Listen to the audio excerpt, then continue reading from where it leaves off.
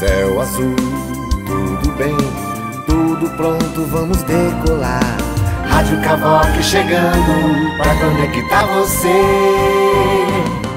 24 horas do teu lado, milhões de megabytes de pura emoção.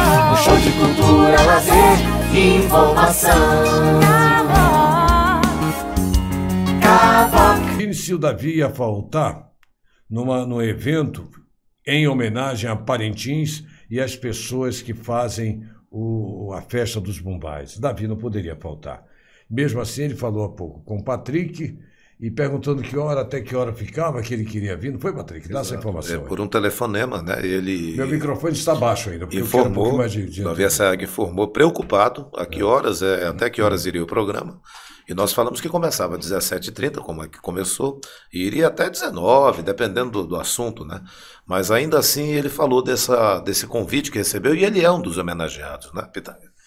Tudo bem, Milton Cordeiro já vem de volta e frequente habituê também na nossa mesa, nosso bom amigo Dr. Luiz Mário, cardiologista, já foi chamado aqui de uma lenda, e depois eu fiquei sabendo por quê. Tem muitas histórias e ele vai contar algumas delas hoje na sua participação. Boa tarde, bom dia, boa noite, boa madrugada, porque tem aquele detalhe. Tem gente que está assistindo ao vivo, mas tem gente que daqui 1-2 dias vai acordar na madrugada para assaltar a geladeira e vai lá e dar um clique no podcast, né? É por isso. Bem-vindo. A todos os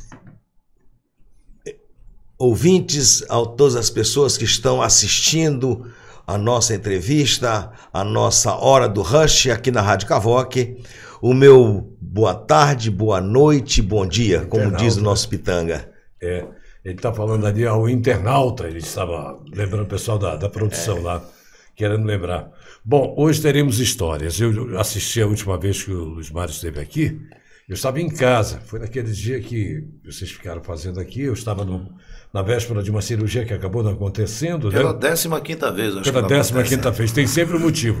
Eu já enumerei alguns, mas se Deus quiser, a semana a gente resolve. Só Deus sabe a aflição que eu tenho. Bom, vamos acionar o departamento de jornalismo, porque para fazer o mundo inteiro está falando. E antes de chamar a matéria, eu queria dizer, falando com o nosso correspondente, já um correspondente habituê lá da ANASAT, que é a Agência de Notícias da Amazônia, e que também fornece as informações para cá, para Cavoque, é quem produz o jornalismo para cá. E nós estávamos falando que, não estou falando desse governo, absolutamente, os governos em si esquecem. Eles têm aquela região, o doutor Luiz Mário conhece muito bem, conhece todo o interior, viajou muito, mas aquilo só serve para ser o quintal do Brasil, é o que eles pensam, muitos deles. O oficial lá, responsável pelos trabalhos, vai pegar um ralho lá do chefe lá em Brasília. O cara sequer soube dizer o nome. Vale do Javari. Falou Vale do Jaburu e é Vale do Javari, né? Então, nós vamos já falar a respeito disso aí. Aliás, vamos chamar o meu bom amigo Nailson Tenazor, que é um cara que há 15 anos é o correspondente oficial daquela região, lá de Atalaia do Norte, né? Uma região tão grande. Ele vai nos atualizar. São já 4 dias, desde domingo. Nailson, tá tudo ok aí, o contato, gente? Vamos lá, Nailson, como é que está aí em Atalaia? Vamos assistir. Hoje, Pitanga, já é o 4º dia de buscas, né? A Atalaia do Norte está tomada pelas Forças Nacional, Polícia Federal, Civil, Militar, Exército, Aeronáutica, Marinha do Brasil, Defesa Civil Municipal, indígenas de todas as etnias envolvidas, né, funcionários da FUNAI, servidores da FUNAI e muitos voluntários, né, fazendo essa busca ativa para encontrar vestígio, né, do Bruno Pereira, que é indigenista da FUNAI, e o jornalista inglês Don Phillips, né, a qual tem uma participação... Não quero sair do vídeo, eu quero ficar. Pela região, estava escrevendo livros, segundo apuramos também. E hoje participei de uma reunião a convite da Unifage, onde eles estavam fazendo estratégias para não descerem mais o rio virem para Atalaia, porque era dispendioso. Era mais negócio ficar lá porque eles não teriam esse momento de chegar até o local, já estariam lá. Ontem chegou uma embarcação com muitos soldados, Nailson, e enfim... Nailson, A pressão mundial, da imprensa mundial, de governos, enfim, e eles estão pressionando o governo brasileiro, e parece que ontem eles levaram 2 suspeitos para isso, nós ficamos sabendo pela mídia nacional, né? Como é que tem de verdade aí sobre a suspeita desses pescadores que foram levados para depor? Acompanhamos também, estávamos lá na delegacia e são 5 pessoas, mais 4 como testemunhas. Apenas um senhor chamado Pelado, que ele, há anos atrás, segundo ouvi, eu conversei com o Eliésio Marubo, né, que é o advogado da Univage, onde ele relatava que esse rapaz tinha feito ameaças à equipe que estava lá na frente de contato. E segundo a informação também, que os agentes lá teriam quebrado a canoa, apreendido o utensílio desse rapaz. O nome do suspeito divulgado é Amauri, conhecido como Pelado. E confirmei sim com o Eliésio, o próprio Rony Elias, que está aqui em casa para nos apurando também, ele confirmou, porque uma das questões que eu perguntei é porque não foi encontrado vestígio, não foi encontrado nada. E a minha visão disso aí é que ainda vai perdurar muito tempo essa procura, essa busca. Que será se eles não podem ter se embrenhado na mata, mas é muito difícil, porque essa região aqui não tem como se perder, e se eles vinham navegando, na hora da abordar, se alguém que os abordou, ou pessoas que os abordaram, não tinha como o cara ir para a margem do rio e se embrenhar na mata. E quando eu falo para você dessa pressão, é justamente por isso, né? É Brasília pressionando quem está aqui. E, de qualquer forma, eles vão, né, buscar pessoas para poder dar satisfação dessa situação. Até porque você é conhecedor de toda essa problemática aqui da fronteira, Atalaia do Norte. Sabemos que o Rio Javari é um celeiro, assim como o Itaquaí, o Curuçá é um celeiro da pesca, né, que sustenta essa região. E já vejo, Pitanga, uma revolta de familiares aqui da sede, pessoas que estão protestando por conta dessa situação toda de ontem, né, dessas 5 pessoas que foram levadas para a delegacia. Já foram liberadas, já? Olha, eu acredito que as testemunhas sim foram liberadas, né? E mais o Pelado continua na delegacia. E isso eu tenho dito, pessoas que tudo isso acontece porque os governos, né? Eu não posso dizer que é um só, mas por anos nós ficamos aí sem essa esperança de segurança, de educação, de investimento, né, de emprego, e isso não temos aqui. E muitas famílias, você conhece também, como eu conheço, elas se assujeitam a qualquer coisa para a sobrevivência da família, porque a gente sabe que depois da Covid, né, dessa pandemia, as coisas pioraram. Bom, nós estávamos agora falando há pouco com o Nailson e ele... Olha, desculpe, mas é a minha escuta ou é o meu microfone que baixaram agora? Se eu não estiver também me ouvindo bem, eu vou cansar, porque falar cansa, né? Obrigado, hein? O que ele estava falando aqui, Luzmar, agora há pouco, os últimos 15 anos, eu fiquei mais lá naquela região do que aqui em Manaus, né? E o Patrick agora há pouco também, quando nós estávamos fazendo a gravação, atualizando, ele tinha me falado ontem que chegou a ter um movimento lá e hoje ele talvez estivesse achando que era uma referência à presença dessa força-tarefa. Não é. Há uma pressão internacional, porque é um jornalista e tal. O governo Brasília já mandou que todas as atenções fossem lá e tal. Onde é esse som? Ah, é o teu. Não, meu. Tá vindo um retorno de alguém que está sintonizando que nós... O ar que tá vindo com atraso. Não. Bom, na verdade, aquela região você conhece muito bem, meu irmão. Você viajou por lá, um dia desse, não sei qual foi o assunto aqui, que você disse que fez trabalho lá, não sei se foi a Atalaia do Norte, não, foi em Vira, né?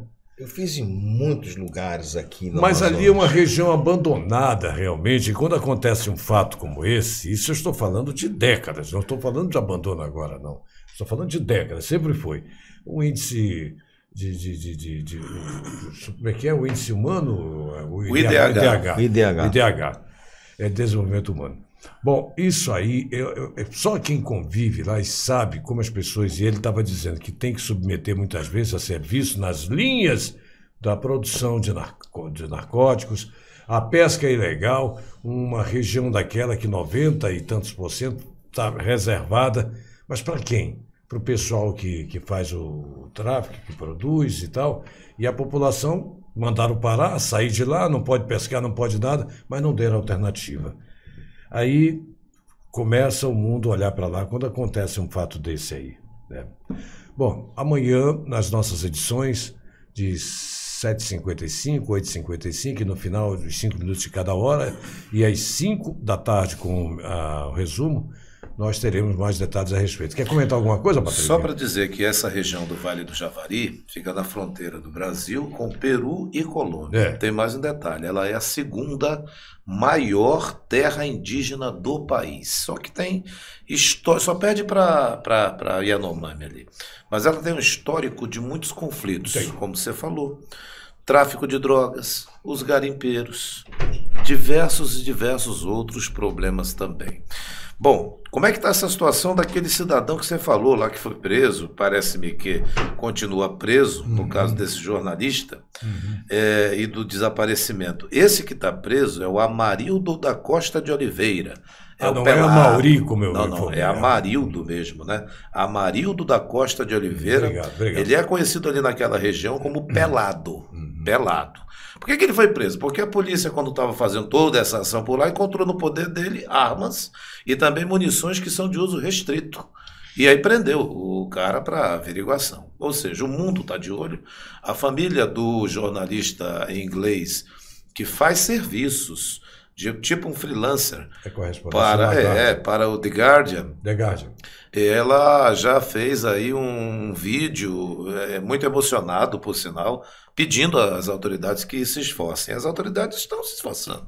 Agora, essa região é complicada. Quem conhece a região sabe que é complicada. Por exemplo, muito grande. Muito grande. O nosso entrevistado de hoje, que é o doutor Luiz Mário, que de fato é uma pessoa que conhece... É entrevistado não, rapaz. O nosso co-apresentador. Ele é suplente da mesa. Ele sempre está aqui. Além de ser um dos diretores. Só que tem muitas histórias. Sim, conhece aquela região, né, doutor? Eu conheço aquela área toda lá de cima, conheço Cucuí, já servi em Cucuí, Santo Antônio do Içá, aquela área toda, Tabatinga, nossa, muito grande. São Paulo de Olivença, Benjamin Constant, tudo eu já estive por ali. E atalaia, só para eu finalizar da minha parte esse assunto, a palavra atalaia tem o significado de vigilante, aquele que vigia, um sentinela. E pelo jeito não tem vigilância nenhuma ali. A área é muito grande. Estado brasileiro. A área é muito grande e não tem efetivo. Você vai chegar lá e vai ver o efetivo policial, são 2 policiais. Por aí. Não tem sentido. Isso aí. Tem o tiro de guerra lá, mais à frente, dentro de Atalaia do Norte. Tem uma guarnição lá e, na verdade, eu creio que para aquela região inteira ali, um oficial da Marinha Peruana me disse, falando a respeito de onde tinha ouvido minha rádio, se eu ouvi sua rádio há 5 dias daqui, que é longe aqui, aquele município é muito grande, né? E nós estávamos navegando nos rios Brasil, sim, e eu vi a sua rádio há 5 dias daqui. Ele me disse lá, na época lá, né? Que ficava em Benjamin Constant. E aí eu digo assim, como é grande aquilo lá. Há um movimento lá, o pessoal ligado, os classistas, pescadores, eles dizem o seguinte, e eu também concordo com eles, foram lá, a história que eu contei hoje, lá numa reunião, em que um cidadão, eles foram tirados de lá do Altos Rios, como nós chamamos, e todo aquele pessoal que morava lá, gente que nasceu lá, filho de seringueiro e tal, e que tinha... Pode continuar falando, aí sou eu agora. Agora é o chinesinho ali. E olha, Luiz Mário, engraçado é que ele disse assim, quem vinha era meu irmão, era meu filho, e eu vim 3 vezes em Benjamin Constant na vida inteira. O senhor disse, na época ele já tinha 60 anos, já estava com 60 e poucos, quando foi reclamado os documentos, ele havia sido roubado. Disse, o senhor veio de onde? Eu vim lá do Alto Rio, alguma coisa dessa, não me lembro agora, dessa área que teve que sair todo mundo. Ele disse, eu viria a quarta vez trazer uma tora, puxado pela canoa, para vender e passar o ano inteiro dele lá na Mantimento, passar o ano inteiro na terra dele lá. Né? Então, agora pronto, a chinesinha vai ficar falando. Por quê? É porque o doutor Luiz Mário, antes de começar o programa, ele me disse assim, você sabe esse jornalista que está desaparecido? Eu falei assim, Dom Phillips, né? Eu digo, esse jornalista disse o doutor Luiz Mário para mim, era aquele que teve uma participação com o presidente Bolsonaro um certo tempo aí, e que ele falava umas coisas lá. E o senhor lembra que o senhor falou isso, não foi, doutor Luiz Mário? E nós resgatamos isso é longo, esse áudio. Deixa eu terminar minha história, que eu quero puxar essa daí. Que essa daí é mais longa. Já estou com ele aqui, Já está, né? Então aguarda aí. Agora eu perdi o fio da meada, pronto. O rapaz, o cidadão trouxe uma tora puxando na sim, então ele vinha para vender uma tora daquela. Como é que você vai perder o fio da meada logo numa tora, uma coisa grande? E aí o camarada dizia assim, eu vendia aquilo e passava o ano todinho lá, eu fiquei penalizado. Depois eu disse, como é que foi? Ele disse, bom, o homem chegou lá com um documento e disse que eu tinha que sair, eu e outras 700, 800 pessoas, famílias que moravam naquela região, foram obrigados a sair dali. Porque era reserva indígena, era isso e aquilo. E aí, falando dos pescadores, ele dizendo assim, agora o peixe cresce, e aí morre e vai fazer fundo de rio, porque não estão sendo pescados. É uma dureza numa região onde tem muita fome, né? Isso é uma situação criminosa, né? Eu acho isso aí, foi um negócio rigoroso demais, sabe? Fazer a reserva lá, e os índios estão lá, além dessa reserva, e eles também foram indenizados, caíram nessa indenização. Que acabou não acontecendo, que deram um golpe. Enfim, é uma história muito triste. Qualquer dia eu vou tocar nesse assunto aqui. Acabou de chegar o co-apresentador, meu querido amigo Milton de Magalhães Cordeiro. Tudo bem, colega? Tudo bem, querido. Agora está tudo bem. Tá tudo bem, então. Bom, vamos deixar isso para o próximo. Claro. Então. Vamos entrar no assunto hoje. Estamos juntos. Nós vamos falar de hipertensão arterial. Podemos falar de um monte de assuntos, de aviação e tal, mas o homem é especialista e tem um trabalho aí, já tem décadas, né? Mais de 3 eu sei que tem. E sobre a hipertensão. 4,5. 4, né? 4,5. 4,5, olha aí. 4 décadas e meia trabalhando na cardiologia. Deve saber alguma coisa do coração. Pelo menos aprendeu, né? Como é que está essa questão nesse longo desses 45, 46 anos aí de atividades nessa especialidade? O coração do ser humano amazonense está melhor ou está pior? A pressão, por exemplo, ou não se media certo? Como é que está aí essa situação hoje em dia? Não, o nível de hipertensão arterial, a hipertensão arterial é uma doença que ela é evolutiva. Então, vamos dizer assim, há alguns anos atrás, 20, 30 anos atrás, a maior dificuldade do diagnóstico era realmente o paciente ou a pessoa ir ao médico para poder fazer uma avaliação. Não se tinha essa noção. Então se achava que a hipertensão arterial era uma doença que atingia, vamos dizer, 10, 20% da população. Com a divulgação na internet, da televisão, dos programas, do apelo social da doença, as pessoas vão mais ao médico. Ouviu-se falar em check-ups, vai fazer check-up. Hoje você hoje aqui no consultório eu atendi uma pessoa de 32 anos de idade que veio fazer um check-up. Doutor, eu já fiz 30 anos, eu quero fazer um check-up. Antigamente, para fazer um check-up era com 50 anos, 55, a hipertensão já estava instalada. Então a hipertensão arterial é a doença isolada que mais mata no mundo. E a associação da hipertensão arterial com o diabetes é a dupla que mata mais ainda. Não diga a hipertensão arterial sistêmica, deixa eu te explicar uma coisa. A hipertensão arterial sistêmica das doenças cardiovasculares que mata mais do que todas as formas violentas de morte. Aí entra assalto, desastre, queda de avião, navio afundado, guerra, tudo. Se mata mais. Essas duas coisas poderiam ser evitadas no decorrer da vida? Olha, diabetes é muito difícil ser evitada. As duas dificilmente são evitadas. Por quê? Porque a maioria delas é uma doença que ela vem de hereditária. Congênita, hereditária. E a hipertensão arterial é uma doença que até hoje não se descobriu a causa. 95% das hipertensões arteriais não tem causa definida. 5% sim tem, que são as hipertensões arteriais causadas por uma insuficiência renal, uma estenose de artéria renal, um tumor chamado feocromocitoma, uma hipertiroidismo. Isso aí pode levar à hipertensão arterial. Mas estas hipertensões arteriais, elas são curáveis. Você controla e você cura ela. Ao passo que... Não só controla, cura? Não, a hipertensão arterial secundária, que é a hipertensão renal. Se eu tenho hipertensão renal, eu tenho uma estenose de artéria renal, eu faço um stent na minha artéria renal e curei a minha hipertensão. Então, esses tipos, 5% das hipertensões arteriais, que são essas adquiridas por algum problema qualquer, um tumor, um feocromocitoma, uma artéria renal, aí você cura. As outras não tem. Você falou aí, hipertireoidismo, né? E como é que detecta isso? Através de exames. Como é que o cara acha que pode estar... Que problema ele tem para ir no médico? Aquela dor de cabeça que a pessoa sente. Os sintomas. O sintoma da hipertensão arterial sistêmica, o nome da doença é hipertensão arterial sistêmica. Não, a do hipertireoidismo. Hipertireoidismo? Estresse, a pessoa fica estressada, irritabilidade, aumento da frequência cardíaca. Peso, o cara pode emagrecer, pode aumentar. O que engorda é o hipotireoidismo, não é hipertireoidismo, que é outra situação. Vamos no foco da hipertensão. Uma desculpa para mim. Não é não. O teu problema é comida, é outra história. Comida e sedentarismo. É sedentarismo. Tu és o come e dorme. Tá entendendo? Mas não.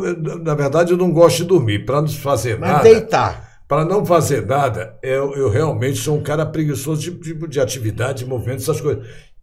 Só para ilustrar e ficar engraçado. Isso é verdade, doutor, porque eu chamei ele para lanchar ali na esquina. Ele não foi porque ele estava cansado.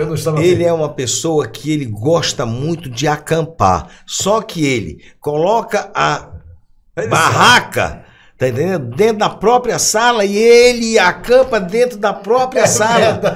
É muito então, mais fácil, o sujeito é muito mais desse perto. não pode... consegue colocar uma cama de casal, né? Olha, só para ilustrar o que você está dizendo e ficar engraçado, meu filho diz assim: pai, você disse que é um cara que gosta de sossego, né? Pô, mas você acorda muito cedo, você acorda 3, 4 horas da manhã, isso foi a vida inteira, não é porque fiquei coroa agora, não. Eu digo para ele: sabe por que eu sempre gostei de acordar cedo, meu filho? Para ter mais tempo de não fazer nada. Toma. Porque o gostoso não é ficar dormindo. Sim, mas eu estava falando sobre hipertensão, as hipertensões primárias. 95% dos pacientes hipertensos primários, este não tem cura.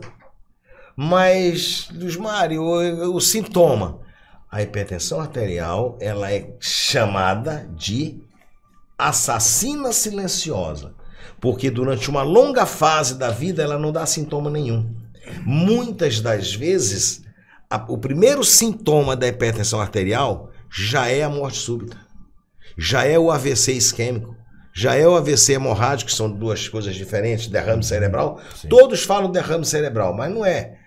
Um acidente vascular cerebral isquêmico é quando a pressão sobe muito, o organismo, como forma de defesa, contrai a artéria de uma forma, as artérias cerebrais, de uma forma tal que ele chega a fazer isquemia, para evitar que haja o verdadeiro derrame, que é o AVC hemorrágico, acidente vascular cerebral hemorrágico, quando a artéria não consegue segurar a pressão e estoura, vamos dizer, dentro do cérebro, e faz aquele derrame de sangue dentro. Esses geralmente são fatais. E quando não leva, deixa um monte de sequela, literal mesmo. Isso. Então, a hipertensão arterial, quando a pessoa descobre a pressão alta, ele provavelmente já vem hipertenso há muito tempo. É que nem a diabetes. A pessoa, quando descobre a diabetes, ele já vem diabético há muito tempo. Hoje em dia se acredita que um diagnóstico de diabetes por sintomatologia, este paciente já é diabético há mais de 10 anos. Isso é comprovado. Doutor Luiz Mário, e aquela dor de cabeça? Occipital. É sintoma? É sintoma. Nós chamamos cefaleia occipital. É aquela dor de cabeça de nuca, chamada a dor de cabeça da lavadeira. Antigamente, as lavadeiras lavavam a roupa nos igarapés, ou tinham... Ali no São Francisco tinha uma área que as lavadeiras lavavam roupa lá. E o que elas faziam? Bota a trouxa de roupa na cabeça, ou numa bacia, e anda. Então elas ficam com dor na nuca, porque elas fazem força com os músculos cervicais. Aquilo era cefaleia, ela tinha uma dor de cabeça na nuca por fazer força. E a cefaleia, a dor de cabeça da hipertensão arterial, é a dor de cabeça característica na nuca. Quero saber como é que está o seu coração. Meu coração está ótimo. E como é que o senhor faz? Quinta-feira. Como é que o senhor sabe que ele está ótimo? Porque eu faço exame. Existem exames, Patrick, que nós fazemos para os pacientes, que são exames para você ver como está a hipertensão, como está a glicemia, como estão as artérias e como estão a força de ejeção, que é a força de contração. Tem um exame chamado angiotomografia coronariana. Existe a cintilografia. O médico passou isso para mim. Existe uma cintilografia que é aquela que você faz com injeção de contraste radioativo. Mas a angiotomografia é com contraste que vai ser detectado através de um tomógrafo. Esses exames, cada vez que você faz, se você estiver bem, dependendo do seu nível de score de cálcio, você sabe se você vai ter um problema coronariano em 5 anos, em 3 anos, 4 anos. Eu faço o meu a cada 5 anos. Então eu já fiz 4, porque eu comecei a fazer cedo. Eu controlo cedo, porque eu vim ser diabético cedo. Eu apareci minha diabetes aos 42 anos. Como todos sabem, eu sou piloto e voo sozinho. Minha copiloto era minha filha, ou é meu filho, ou minha esposa. Eu não tenho uma segunda chance. E não posso dar uma segunda chance para quem está ao meu lado, quem está dentro do avião. Então eu faço meus controles. Sexta-feira passada, eu fui fazer a minha angiotomografia. Meu score de cálcio é 0. Eu não tenho um cálcio nas minhas coronárias. As minhas coronárias, não sei se tem como pegar aqui, eu vou jogar nessa câmera aqui, não sei se pode. Então, vou ver se a gente consegue. Pode sim. Vou ver se eu consigo fazer. Deixa eu ver se eu consigo fazer aqui. Mas se descobrir um cálcio Bom, desse, vamos esperar que enquanto... aqui, não, já está aqui, já está aqui. Ainda tem 1 minuto e meio. Olha aqui, olha. Eu vou botar aqui, olha. Opa, essa aqui é meu exame. Então, olha aqui só. Olha as coronárias desse cidadão. Ah, isso aí é imagem real, tua, é? É minha? Esse é meu exame. É, o coração desse homem é garantido mesmo, é verdade. Aí, olha aí. Olha minhas coronárias aí como estão. Caramba. Aí, vou dar o laudo aqui para você ver. Eu falo, eu não mostro, eu não mato a cobra e mostro o pau. Eu mato a cobra e mostro a cobra morta. Vamos ver se dá para ler aqui. Bem aqui. Dá aqui. Isso é reclina. Tem score de cálcio nulo. Aqui, olha. Não, aí não vai dar. Aqui não sei, não tem que dar. Bom, é melhor você ler. Então, inclusive, a minha esposa vai fazer sexta-feira dela. Está na hora da Ave Maria. Tá certo. E essa daí, já pode fazer a intervenção aí, e nós voltamos logo em seguida, tá bom? Tem alguns assuntos, esse assunto me interessa, interessa você que está do outro lado, e também temos outros assuntos para colocar na mesa, no retorno. Tem algumas perguntas. Cavoc, a rádio web nas mãos de quem sabe fazer. Desculpe, não. Aqui é todo mundo à vontade, Vou fazer né? também. Pronto. Bom, o nosso convidado seria o nosso querido Davi Assayag, que está nesse momento numa solenidade lá na Assembleia Legislativa. Esses caras fizeram 18 horas só para prejudicar a hora do rush. É o tempo todo só vermelho. O evento que eles fizeram às 18 horas lá no auditório da Assembleia Legislativa, em homenagem a Parintins e às pessoas... E o Pitanga ainda veio de vermelho. E aí, rapaz... Bom, Davi, nós vamos marcar outra data, realmente justifica isso. Ele não poderia, num evento em homenagem ao Boi e a Parintins, Davi estivesse fora, né? Não dá. Bom, falando disso, deixa eu dar a previsão da meteorologia. No começo de cada bloco, eu gosto sempre de dar algumas informações. E o Patrick está ansioso ali. Tá tranquilo. A mesa vai permitir aí já esse negócio aí, viu? Vamos lá com uma conversa lá do doutor, que Não, todo mundo fala, por exemplo, em pressão alta, mas eu quero saber dele depois se a pressão baixa também é um problema, né? Não sei. Tá, deixa eu dar a previsão eu da quero falar da meteorologia coronária. aqui. Ainda tem isso. Amanhã nós teremos um dia muito parecido com hoje. E a diferença vai ser a quantidade de chuva. Aliás, a chuva ameaçou algumas vezes. Hoje deu chuvisquinho aqui e ali, em alguns locais, mas não choveu. Mas a temperatura vai ser agradável hoje à noite. Vai ficar na média de 23 graus, entre 23 e 24 graus. É sempre bom, né? É aquela temperatura que, às vezes, quando você não quer muito frio, você põe no ar-condicionado 24, está muito bem. Mas o bom sempre é 22, né? Bom, nós teremos amanhã de mínima 24, é a máxima de 33 graus. Mas nem tudo são flores, porque a hora que estiver dando esses 33 graus, nós teremos aí 90% de umidade relativa do ar. E aí a sensação é aquela. Os ventos vêm do Nordeste, sempre vêm do Leste ou do Nordeste, amanhã em 7 km em média. Vai ser um dia, se é a média 7 km, vai ser um dia ventilado, né?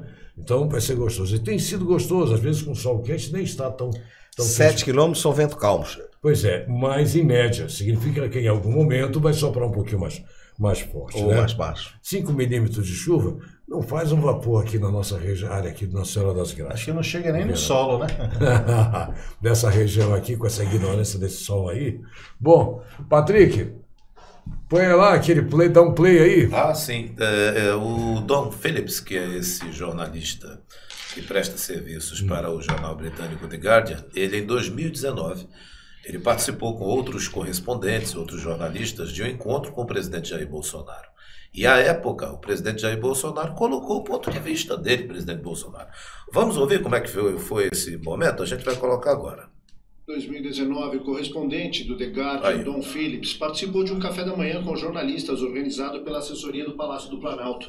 Sentado ao lado do general Augusto Leno, atual chefe do Gabinete de Segurança Institucional, e de frente para o então porta-voz do governo, o general Rego Barros, Phillips fez o que todo jornalista deve fazer. Perguntou ao presidente Jair Bolsonaro sobre um assunto de interesse público, a preservação da Amazônia. A resposta já era esperada. Os novos números de desmatamentos estão mostrando um crescimento assustador. O IBAMA está dando menos multas, menos operações.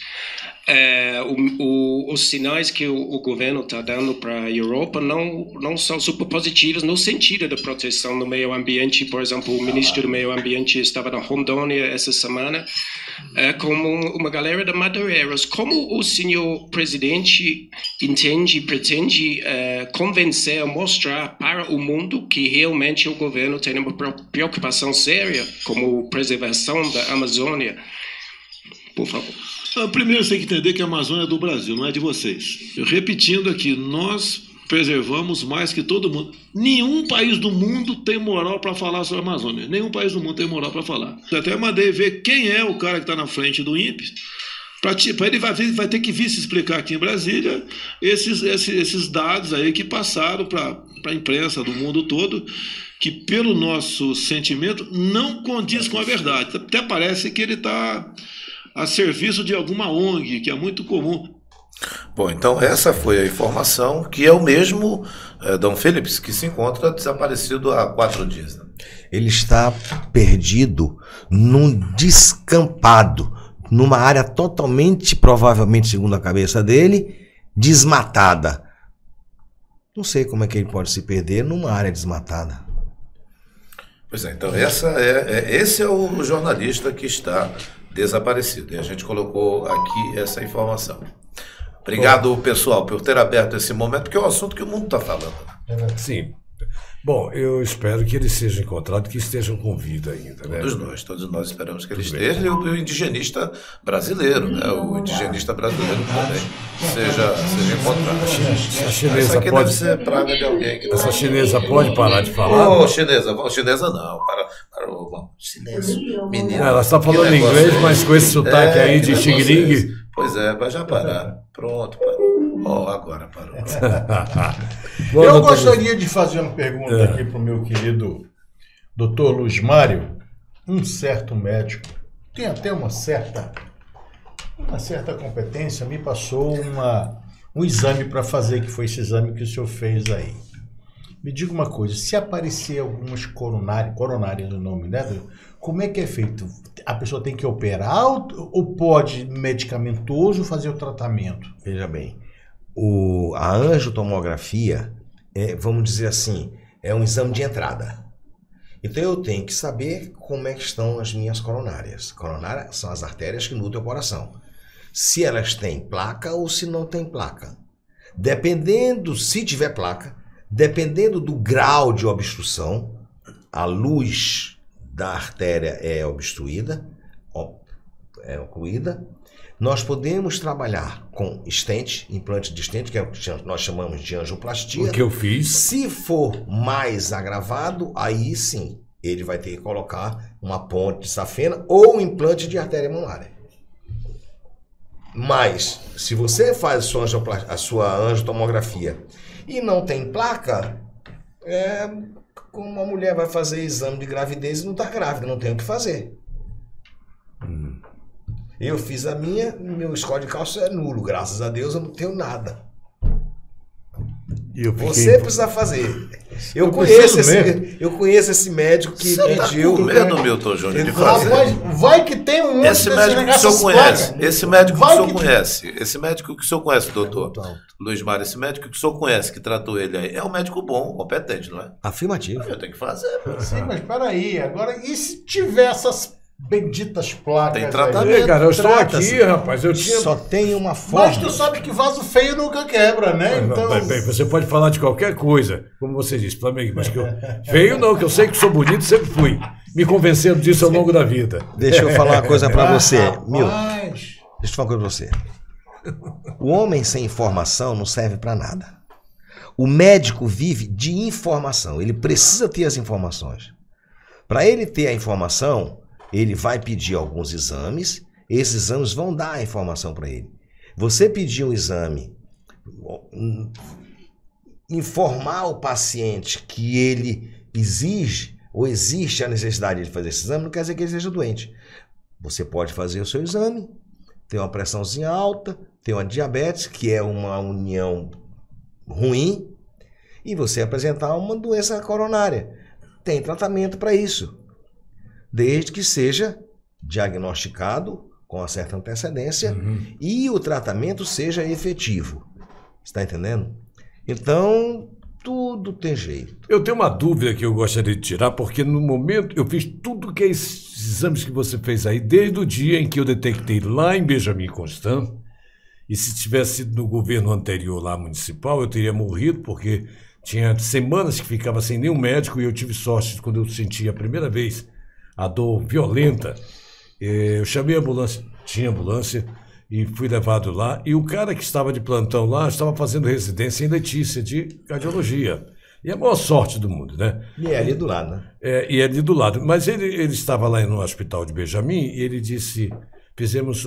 Sim, aí ele me deu um remédio, fui no outro dia, eu já tinha feito, eu me lembro, através de telemedicina. Você conhece essa telemedicina? Isso, muito. e na época, depois eu estava me lembrando, não, rapaz, eu fiz lá, ele fez um eletro e mandou para cá, e o médico daqui disse que eu fez a leitura lá, e aí foi quando eu comecei, isso tem uns 11 anos mais ou menos, em que eu passei por esse processo. Bom, aí passei 6, 7, 8 anos tomando um remédiozinho só para... Bom, quando eu tive a enzima, eu não desejo para ninguém... Angina. É um remédio, é uma dor violenta.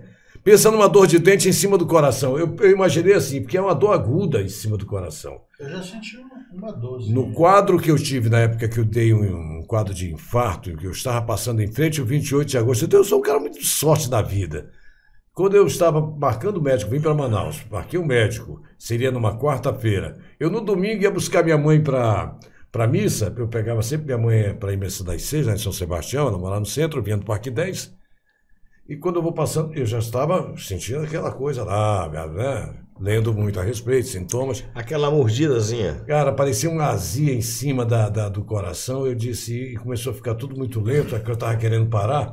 E eu olhei, tinha uma vaga de um médico naquele hospital 28 antigo, que ficava a vaga dos médicos logo ali na frente. Aí eu encostei o carro e a minha esposa, que éramos amigos, já estava separada, mas eu disse assim, eu estou tendo um infarto. Ela saiu andando rápido e eu saí, bem perto da porta. Quando eu fui chegando, era 5h30 da manhã, a hora que o médico começa a fazer a roda para saber os pacientes, que ele vai sair às 7, tudo. Aí uma médica, o que foi? Eu disse, estou tendo um infarto aqui. Ela pegou, foi botou aqui, isso é mesmo. Onde era a reanimação? Na porta. Na porta, logo assim, mais 3 metros. Já tinha duas, muito legal, as 2 enfermeiras me puxaram lá, me injetaram um monte de coisa, e eu acordado olhando aquilo. Ela disse, rapaz, se tu tivesse passado desse portão, tivesse que dar a volta, tu teria morrido. Olha a sorte que ela me narrou. Bom, tratado, estive conversando com alguns médicos, fui lá na quarta-feira, passou um remedinho, passou. Ele disse, não tem nada, tu devia estar sofrendo alguma pressão de alguma coisa, eu realmente estava com um problema muito sério e eu absorvo muito isso. Passou esse tempo, até que eu tive, nessa data que eu estava falando, a angina, né? Angina. Que uma dor violentíssima, foi quando eu levei a sério, aí eu comecei a tratar, tive que ir no mesmo fim de semana e 2 vezes para o 28 de agosto, aí eu fui ver, o médico mandou fazer aquele exame que parece 3D, que eles injetam um líquido que dá o contraste, para ver a fotografia do coração. Cara, quando ele olhou, ele disse, essas 2 aqui estão... Isso tudo que eu contei agora é para te fazer uma pergunta, olha só, eu sou prolixo mesmo. Aí veio, pá, ele disse, cara, você está com as 2 artérias principais calcificadas e está quase fechando. Pô, ele me explicou, ele não me respondeu uma coisa quando eu perguntei. De onde vem? O que faz essa calcificação? Que produtos que eu consumi, porque não nasceu em mim, e foi acumulando? Gordura. A gordura, ela oxida e ela calcifica. Nada mais do que isso. Seria cálcio? Não, ela se torna uma placa calcificada devido aos processos inflamatórios. Gordura que você come, gordura animal, seu colesterol alto, o colesterol alto. A gordura trans faz mal, a gordura animal? A gordura, eu estou falando da gordura. Saturada. A gordura trans, saturada, você vai depositando na parede das artérias, elas vão tendo processo inflamatório, elas inflamam essa placa, vai inflamando, depois ela vai cicatrizar e ela calcifica, fica dura como um osso mesmo, tirado. Tem. E aí... Tanto é que para você fazer o stent, você coloca a mola, o stent, joga um balão, insere um balão dentro da artéria com aquela malha do stent e bota 3, 4, 5 atmosferas de mercúrio para poder espocar aquela placa calcificada para dentro da parede. E aí a tela fica segurando a luz para que a luz não volte a fechar. É só isso. Só? Eu assisti tudo isso, vendo o cara fazendo isso no meu coração. Gordura, então, calcifica, vira pedra. Agora, vira veja pedra. Só. Vira osso. Vira osso. Eu não tenho hábitos, dessa parte de alimento, eu sei que a minha questão de ter engordado é sedentarismo meu. Eu sou um ex-atleta, mas eu parei de uma vez de praticar esporte, mas eu não tinha hábitos de gordura. Até hoje não tenho hábitos de gordura. Você foi atleta? Eu fui atleta.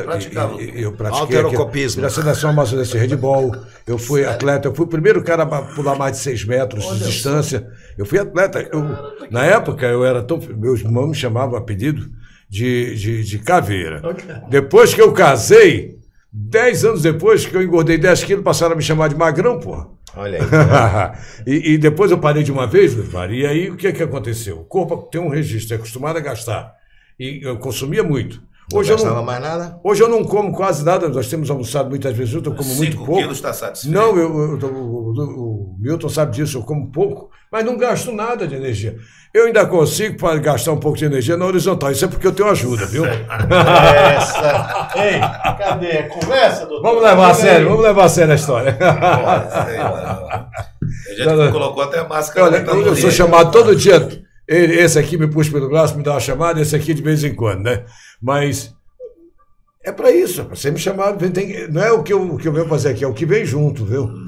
Agora, doutor Luiz Mário, entre a pressão alta e a pressão baixa também é perigosa? As duas são perigosas.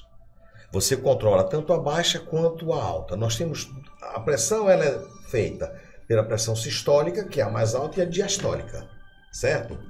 A pressão sistólica, quando está muito alta, você causa o AVC, você causa a insuficiência cardíaca, a insuficiência renal, ela atinge os órgãos-alvos. A hipotensão arterial, da mesma forma, causa outros problemas. Você tem desmaio, você tem tontura, você está dirigindo, você perde o controle. As duas são perigosas. Você tem que manter a sua pressão em torno de 12 por 8, 12 por 7,5. Você faça sempre uma conta. A mínima é igual a máxima dividido por 2 mais 1. Se eu tenho uma mínima de 7 e a minha máxima está 15, 15 por 7 está destruindo, porque 15 dividido por 2, 7,5, mais 1, 8,5. 7 não está igual a 8,5, está tendo um problema, certo? Doutor, eu tenho uma pressão, minha pressão está muito baixa, está 10 por 6. 10 dividido por 2, 5, mais 1, 6. Se minha mínima é 6 e a média, a divisão da máxima por 2 mais 1 está 6, 6 por 6 está normal. Gostei dessa tabela. Tem acontecido coisas assim. É mais fácil de entendimento, é porque eu tenho pressão baixa, eu não tenho pressão alta. E de vez Mas é baixa em quando... quanto? eu nunca fiz. De vez em quando, por exemplo, que eu estou dirigindo, que eu saio do carro, sentado, saio do carro, eu sinto essa tonteira. Parece até que eu estou pisando no vazio. Isso daí. Às vezes olha, aqui no Veiralves tem uma clínica, Clinicor. Já procurei, já. A Clinicor, você vai na Clinicor. Já li sobre a Clinicor. Você também vai na Clinicor e você faz um exame chamado MAPA, Monitorização Ambulatorial da Pressão Arterial. Isso que significa o MAPA, que todo mundo... Aquele aparelho que você bota. É esse mesmo.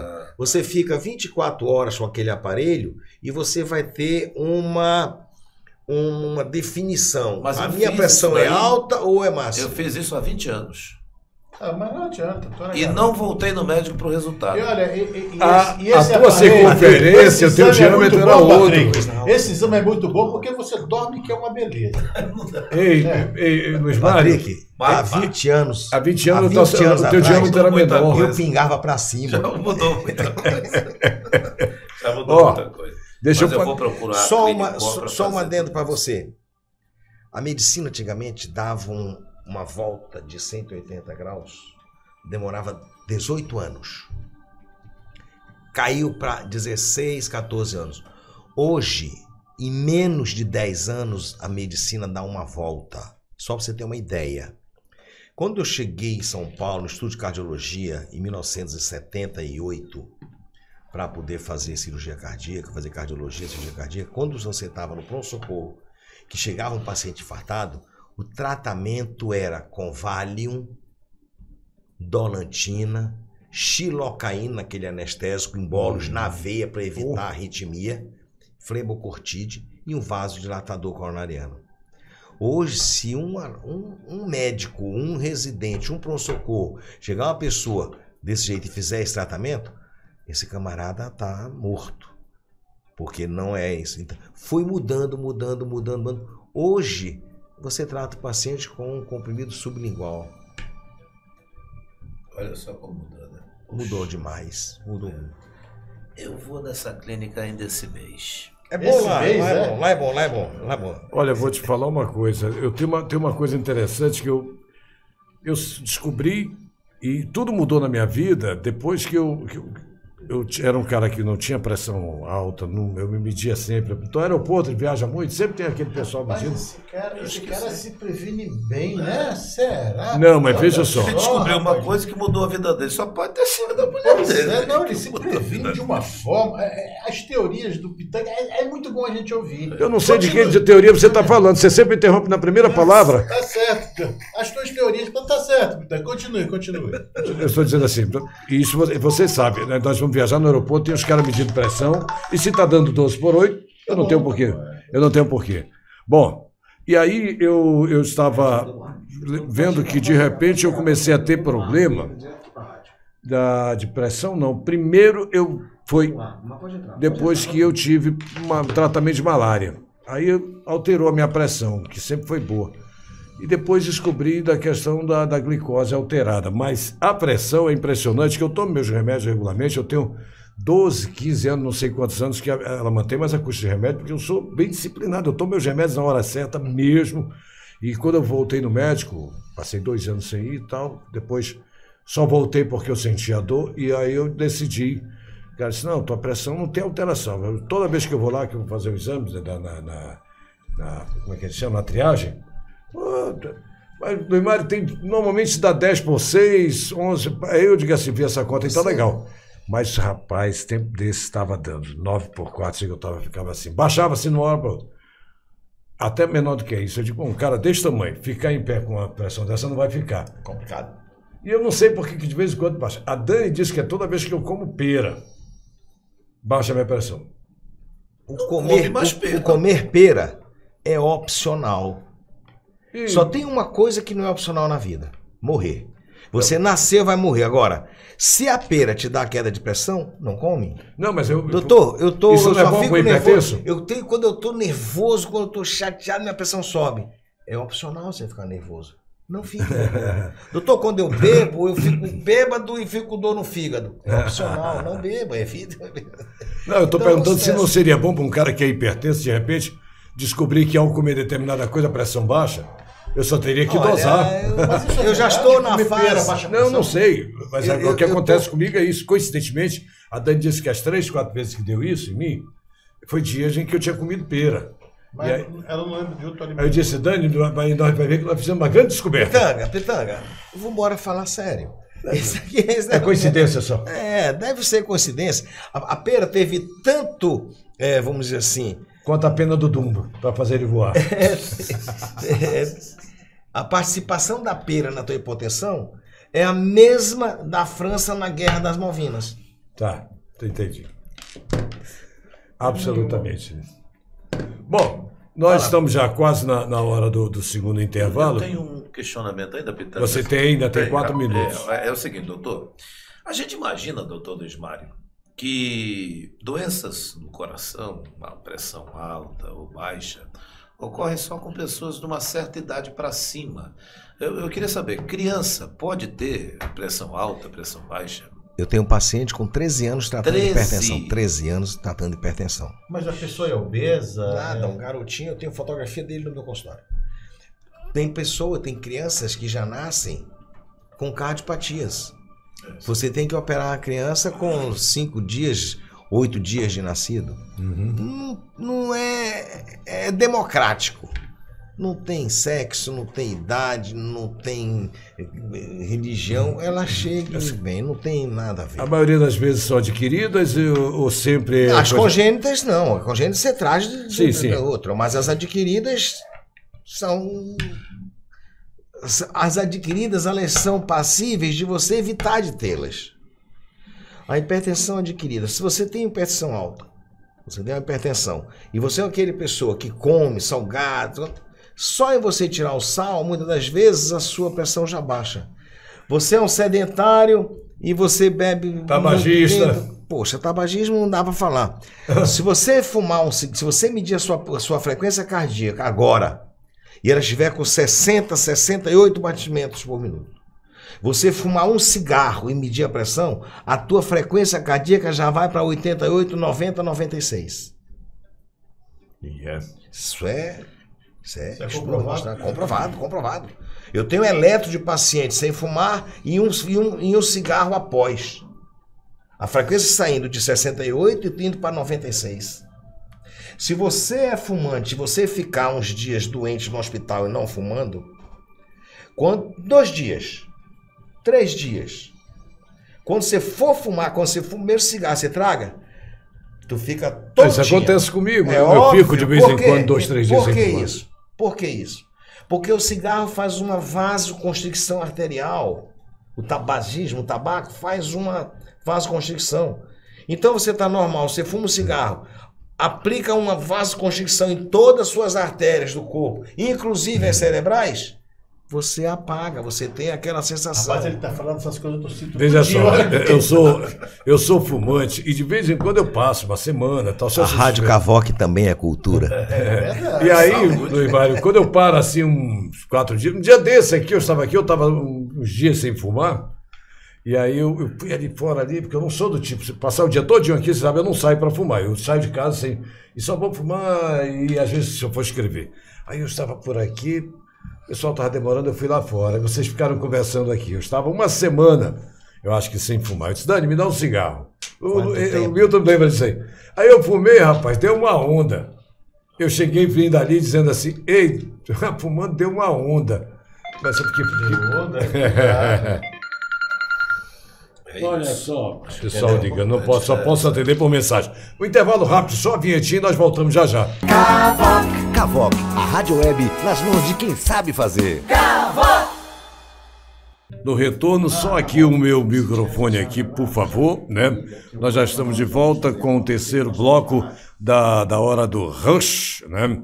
Hoje, mais uma vez, nós chegamos a anunciar ontem, por isso é que eu estou dizendo, nós estávamos com uma agendado para o nosso grande astro bovino, né, do boi, Bumbá, garantido, caprichoso garantido. Eu nem sei mais por onde ele está agora. Ele era mais feliz quando estava no caprichoso. Mas nós vamos trazê-lo aqui, mas só que um evento às 18 horas exatamente estava programado na Assembleia Legislativa e o Patrick fez contato mais cedo com ele. Ele disse a que hora terminava, que ele ainda queria vir. Resolvemos deixar melhor para lá, né? Ele, primeiro que como você colocou, Pitanga, ele é um dos homenageados, né?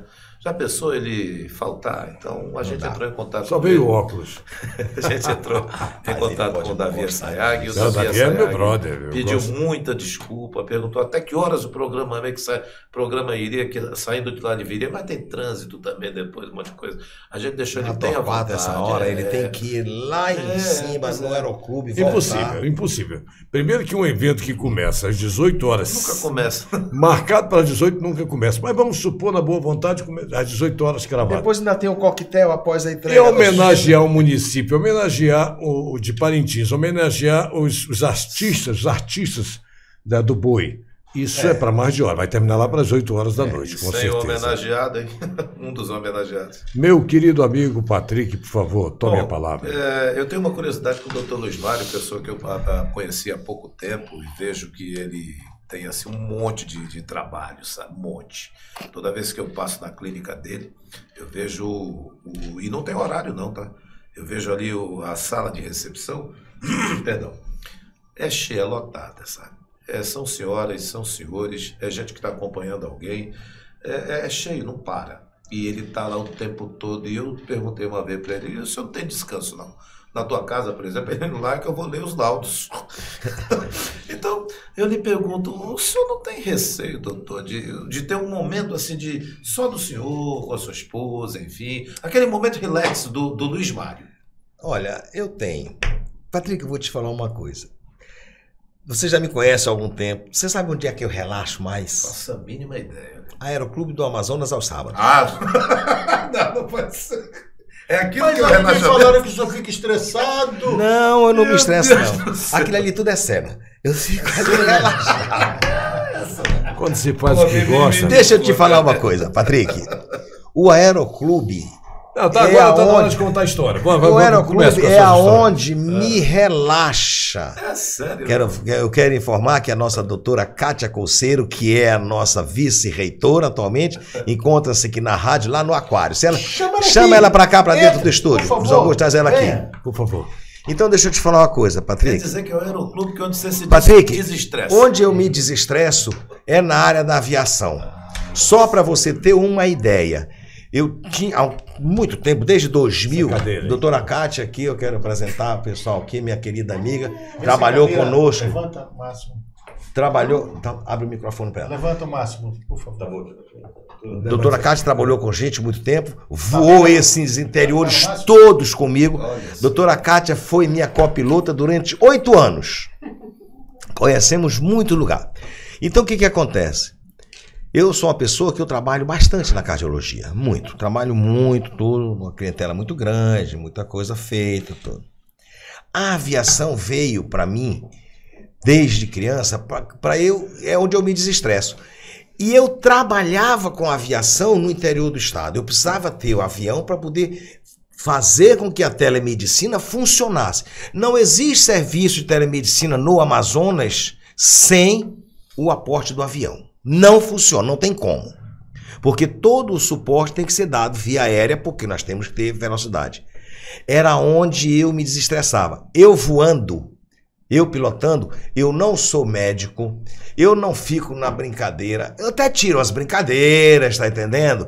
Botava, Kátia, vamos embora voar com emoção, entrava numa nuvem, tirava, mas é um desestresse. E o aeroclube é onde eu relaxo mais, eu brinco.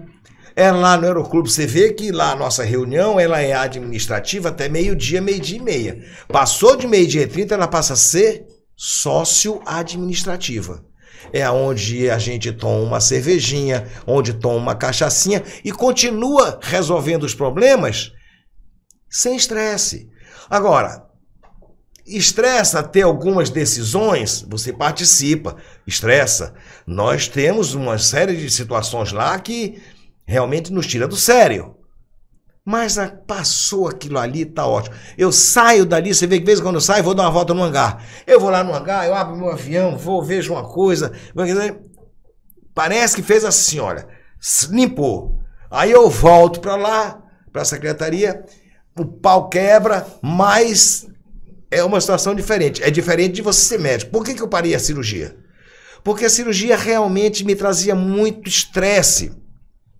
Eu fiz durante muitos anos, durante uns 4 anos da minha vida, junto com o sobrinho do Joaquim Marinho, filho são 2 irmãs, né? Era a Fátima e esqueci o nome dela, até faleceu a mãe dele.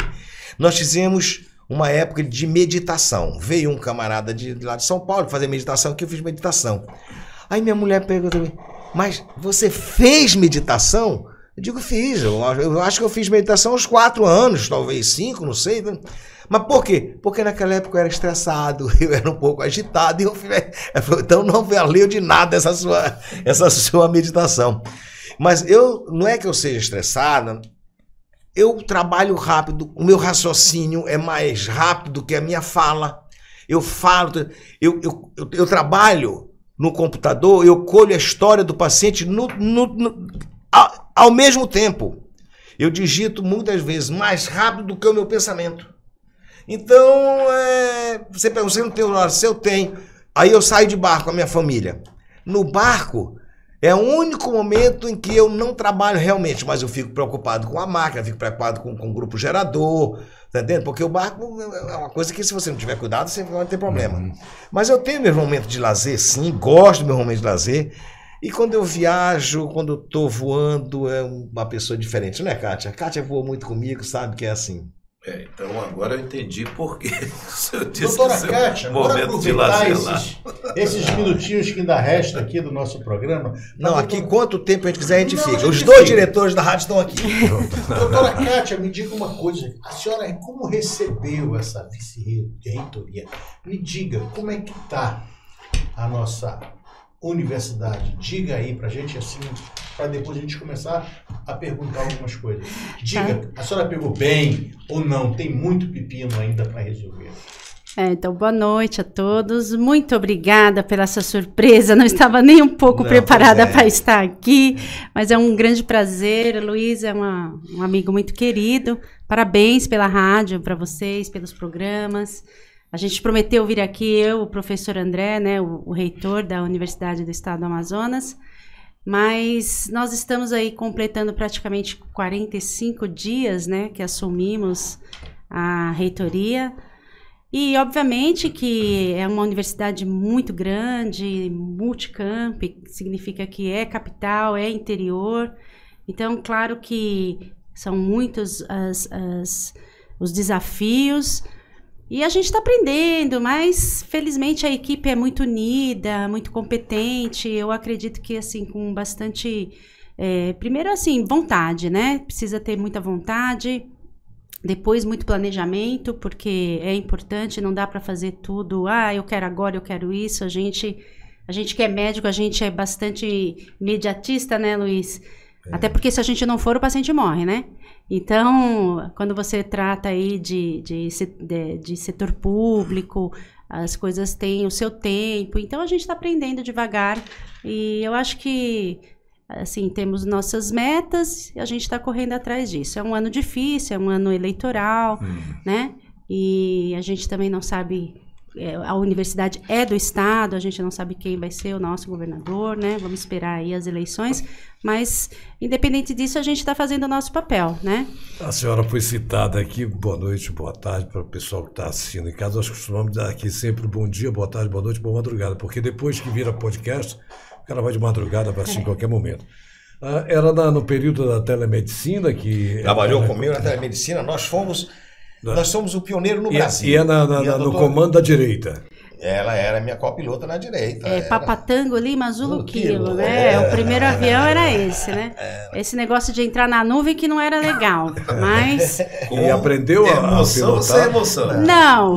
Não aprendi a pilotar, mas assim, é o que o Luiz falou, né? Ele é brincalhão, mas na hora que ele vira o piloto, ele é o piloto. Então, assim... É o profissionalismo. É um profissionalismo. Como a senhora, que eu estava pesquisando rapidamente aqui, a senhora vice-reitora da UEA, professora doutora, professora doutora duplamente.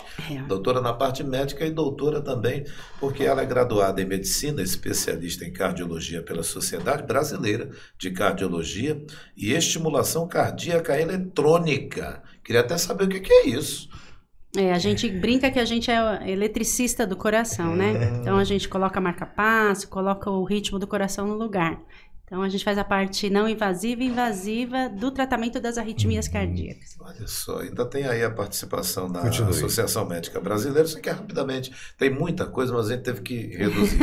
E da Sociedade Europeia de Cardiologia.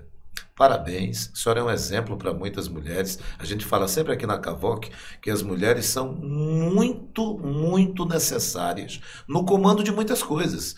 Que bom que a senhora está hoje como vice-reitora, quem sabe um dia chega a reitoria também, por que não? Mas dizer a senhora que é uma alegria ter a senhora como exemplo. E com certeza tem muitas outras mulheres como exemplo também. Obrigada, eu agradeço. Kátia Couceiro, ela é oriunda, a família é oriunda do estado do Amazonas, do município de Boca do Acre. Boca do Acre. Eu conheço. E nós estamos hoje aqui com uma vice-reitora as duas sedes, a antiga e a nova. Agora é o seguinte, ela vai estar aqui, ela vai dizer pra gente qual é o dia que ela vem, pra ficar o tempo todo aqui pra responder pra gente, porque em pouco tempo não vai dar nem pra conhecer. Só para justificar, a Kátia entrou aqui no estúdio aqui, porque ela veio aqui para fazer uma visita, que nós temos uma situação para tratar. E como eu a vi pelo aquário, eu digo, chama a Kátia para cá, pelo menos para ela conhecer o nosso estúdio. O senhor, doutor Luiz Mário, que quando eu a vi, inclusive com essa bata aí, o nome bata é o jaleco. O jaleco. O jaleco, eu disse, o doutor Luiz Mário já vai passar mal, acho que chamou a médica dele aqui para mim. Eu estou saindo do Francisca Mendes, né? Porque mesmo a gente estando na reitoria, a gente ainda precisa continuar dando aula, né? Um tempo menor, mas a gente continua dando aula. E a Universidade do Estado do Amazonas também tem uma residência médica em cardiologia, que começou esse ano. Então a gente está dando um apoio lá. E acabei de sair do ambulatório, por isso que eu vim direto. Professora e reitora, mas a senhora atua ainda como médica? Sim. Tira plantão? Não, plantão não dou mais, né? Mas eu tenho consultório, né? Então, os horários a gente... Ela tem uma clínica de arritmia. A clínica de arritmia de Manaus é dela. Mas com um pouquinho menos de tempo lá agora, mas ainda... Patrick, marca-passo, as coisas. Virá aqui, junto com o nosso reitor, o André Zogaíbe, para nós fazermos uma sessão com eles, para informar a população o que é a UEA, aonde a UEA atua, quais são os ramos que a UEA atua. Mas nós vamos fazer uma sessão informativa à população, sem entrar no mérito de como está financeiramente, negócio, porque isso aí é uma coisa que não interessa. Para a população interessa o que é a UEA, aonde atua, o que é um campus universitário em Parintins, o que é um campus universitário em Tefé, em Carauari. Isso a população precisa saber. Eu conheço bem e gosto desse assunto. Nós vamos trazer a Kátia e o Zogaíbe aqui para darmos espaço para eles. Não uma, mas uma, duas, quantas vezes eles quiserem, a rádio está aberta para o UEA. E eu achei legal, só para eu encerrar minha parte, que quando eles foram eleitos... Por quê? Não vai acabar ainda não. Quando eles foram eleitos, ela disse uma frase lá, na hora que eles foram eleitos, ela colocou que a gestão dos dois será uma gestão participativa e com transparência total no mandato. Eu achei isso muito bonito, sabe? Porque a gente pensa muita coisa e quando a pessoa chega lá, a pessoa é atada, fica ali com as mãos atadas. Então, que a senhora continue tendo essa transparência e essa participação de todos para uma universidade estadual cada vez melhor. Muito obrigada. Eu já contei aqui uma vez e eu lembro, eu gosto de falar sobre a UEA.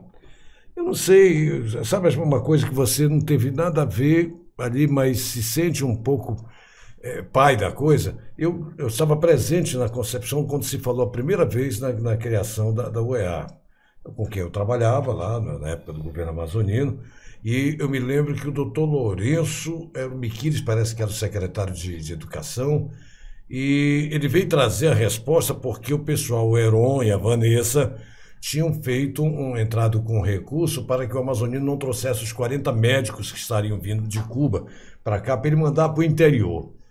E ele disse, eu não vou recorrer. Lourenço, a UTAM pode ter um curso de medicina? E o Lourenço, não, mas nós podemos criar uma faculdade. Ele disse, vamos criar uma faculdade?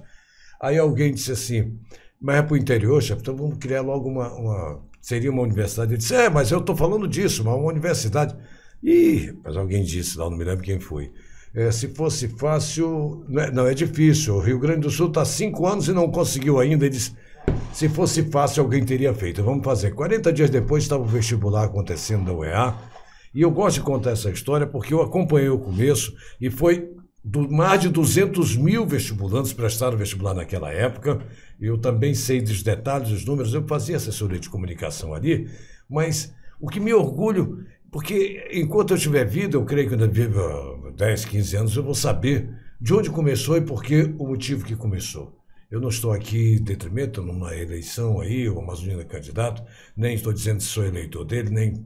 Mas a história é a história, e eu presenciei. E quando eu vejo a vice-reitora aqui, um dos dirigentes dessa instituição, e eu conheço muitas cidades do interior, Tabatinga, morei muitos anos, no período recente agora, e no período também já dentro dessa fase da UEA, lá em Carauari, conheço os campos no interior de algumas pessoas que se formaram, gente que está estudando, que se formou médico, gente que se formou advogado, engenheiros, sabe? As pessoas que vêm do interior ficam naquela casa do estudante ali na Quintino Bocaiúva. Conheço detalhes. Vou adorar fazer esse programa.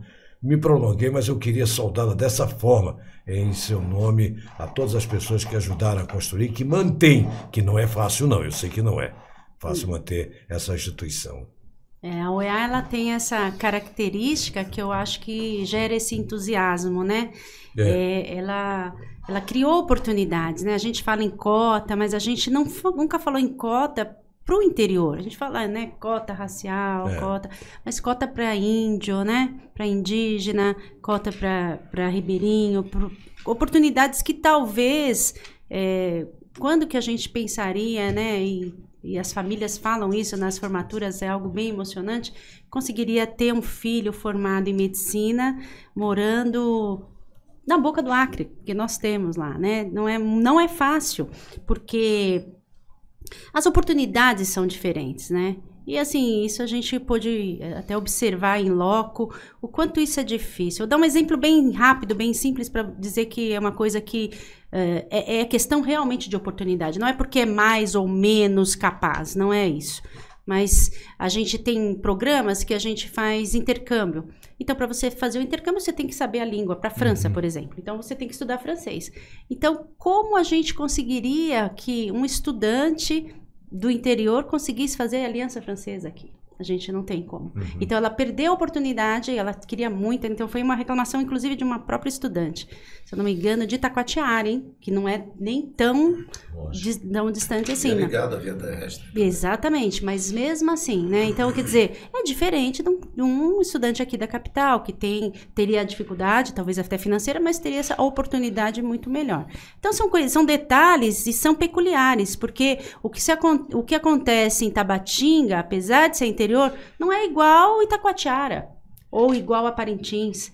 Então, isso tudo deixa a UEA de uma maneira que a gente realmente tem que estudar cada um especificamente e tentar resolver, né, os problemas, né, as demandas, individualizando cada um dos municípios. Quem nasce em Boca do Acre, como é que é chamado aí? Boca do Acrense. Boca do Acrense. Eu creio que isso que foi observado lá no começo. Nós tínhamos aqueles vários cursos de música, né?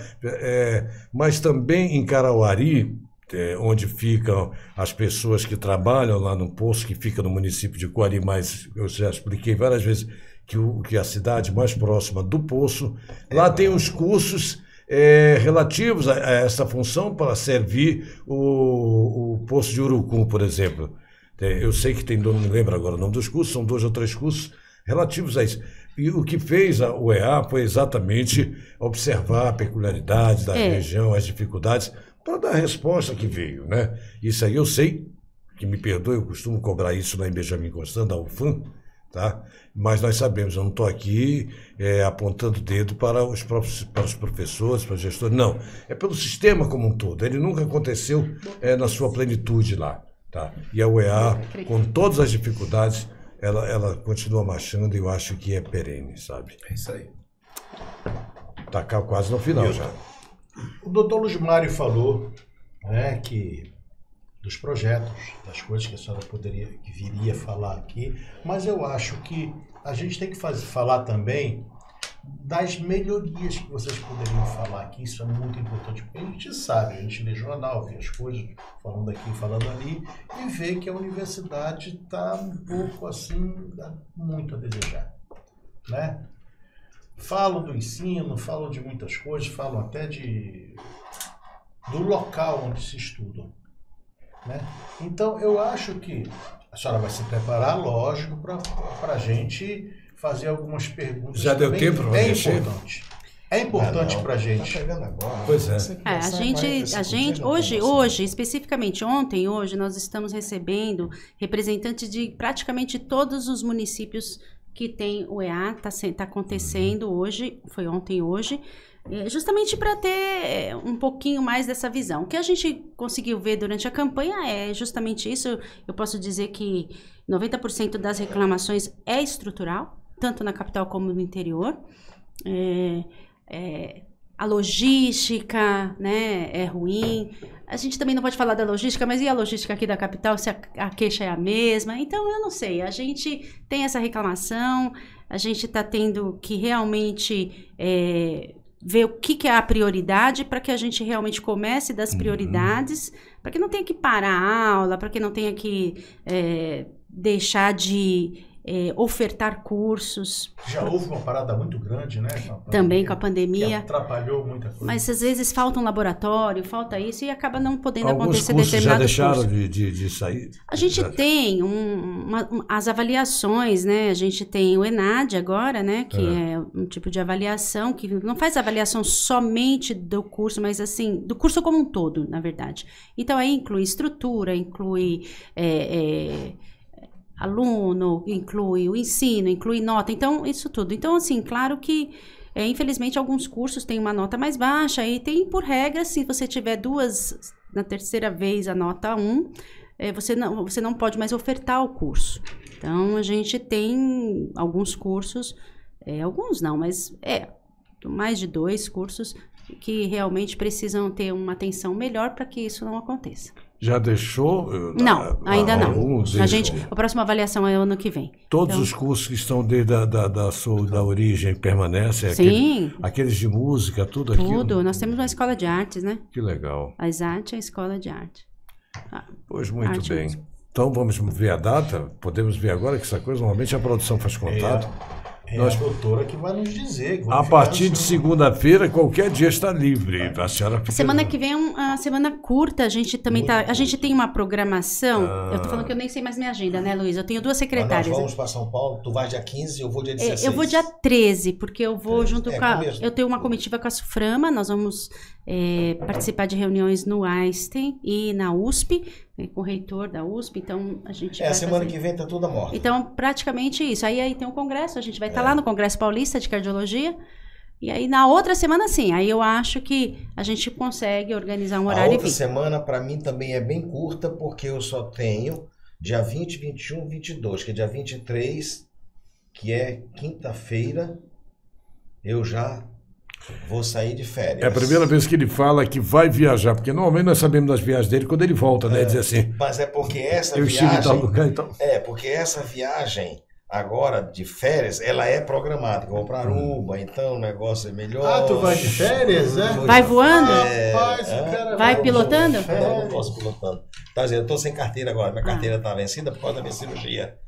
Então, eu ainda estou esperando a liberação para poder, mas eu acho que eu mesmo vou me dar alta para poder fazer meu exame médico. Uma magnífica vice-reitora, me chamou a atenção a saída dessa viagem que a senhora vai, e tem aí a situação da SUFRAMA no meio, não é?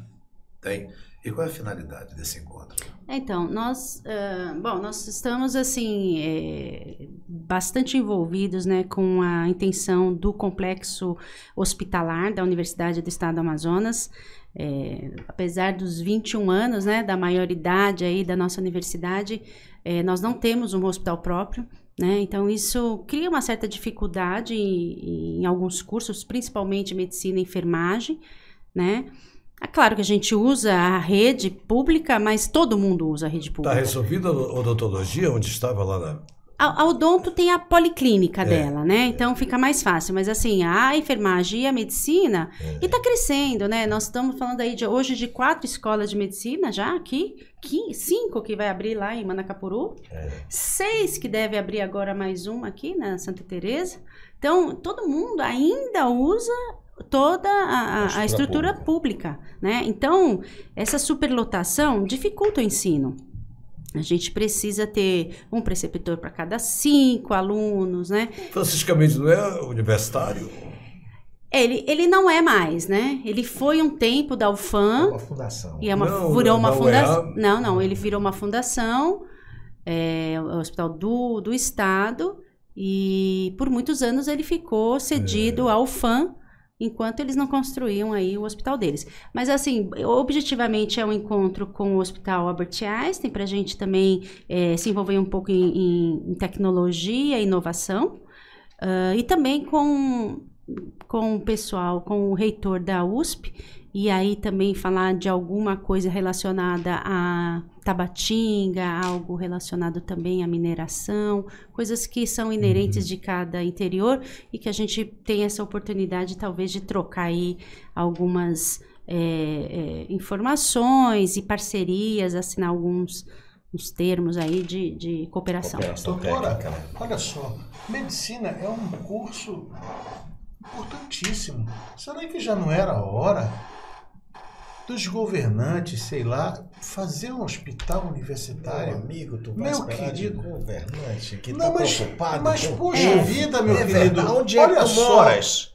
Onde tu moras? Mas meu querido médico, pronto, agora já disse que foi ele que me passou aquele exame que vai contar o negócio, que vai aparecer os negócios lá, como é que vai ser? Eu vou ficar...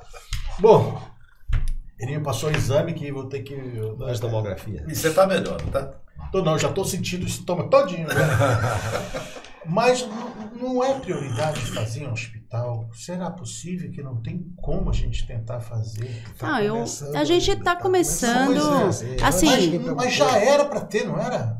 Claro que sim, claro que sim. Eu não tenho dúvida disso. É um curso que salva vidas. Eu não tenho dúvida disso. Teria que ter, obviamente que sim. Né? Claro, óbvio que sim. Então, assim, né, a gente Pois eu pensava que era o Francisca Mendes. Não, Francisca Mendes é absolutamente só pro coração, né? Então, é cardiológico. Então, não, a gente está falando de hospital geral. Vamos pensar aí no Hospital das Clínicas, vamos pensar em Santa Casa. Getúlio Vargas, por exemplo. Vamos pensar menos. A gente está numa cidade, num estado que não tem Santa Casa, né? Então agora estão reformando, outra faculdade vai fazer. Só para confirmar a história de que Manaus é terra do que já teve, né? Manaus já tivemos. Aquele hospital aqui não era universitário? Aquele do Boulevard? É da Federal. Só que é da Federal. É da Federal. Ali é Getúlio Vargas. É da Federal. Mas assim, eu quero fazer justiça aqui. A gente, como a gente falou, né? O médico, a gente é imediatista, mas a gente já teve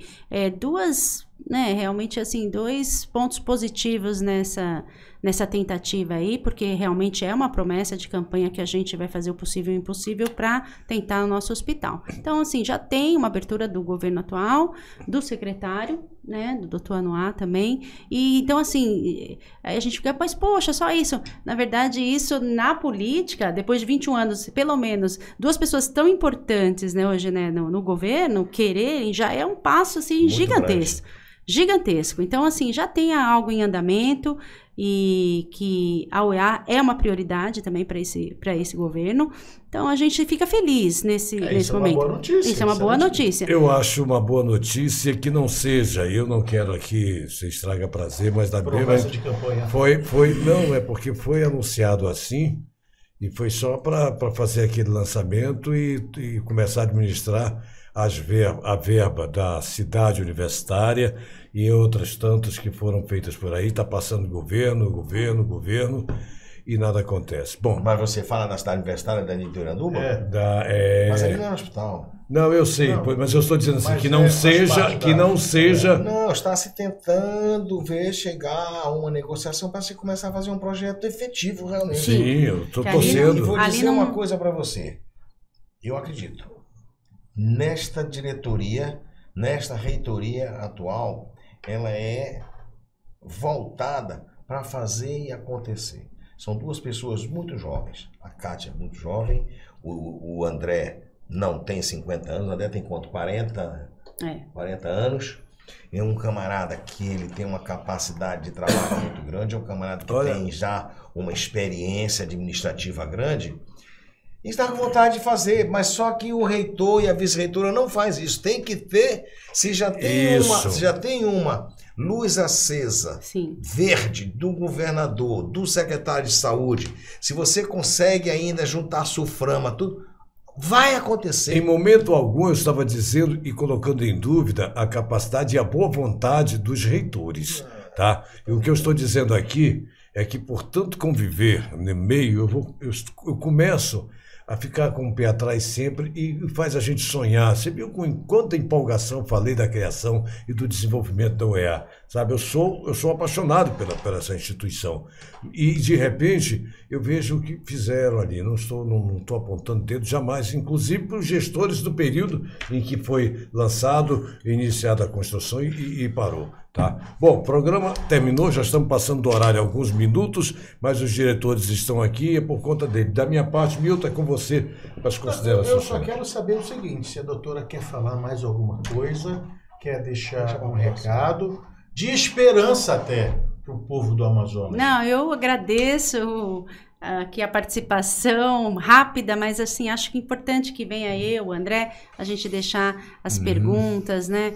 Para que a gente faça um grande bate-papo aí numa próxima... São muitas, né? São muitas, eu acredito. Foi uma bela surpresa, né? Poxa, uma bela surpresa. Agradeço até ao doutor Luiz Mário, que a viu ali, já convidou para chegar aqui. A gente está batendo esse papo. Não tenho dúvida que a senhora tem a contribuir muito, como já está contribuindo. Está aí essa viagem que a senhora já vai fazer há pouco tempo. Não tem nem, sei lá, tem nem metade de primeiro ano ainda, como... 45 dias. Pelo amor de Deus, não tem. Então, bem-vinda, boa sorte e que a senhora traga sempre boas notícias, com a sua mala cheia agora de boas notícias da viagem de volta. Luiz Mário está me devendo as histórias. Tem muitas histórias. Não há problema. Nós temos muito para conversar. Pitanga, nós criamos uma rádio para a gente conversar. É exatamente isso, viu? Então, nós não temos nenhum problema de Bom, amanhã quem é? Amanhã é a Daniela Sayag com a turma que ela vem aqui, que é uma turma de podcast, que é As Amazonas. Elas vêm aqui conversar um pouco com a gente. Vai ser muito agradável, vai ser muito bom, igual hoje, tá? Tchau, pessoal. Obrigado a todos. Amanhã, um novo pôr do sol, a hora do rush.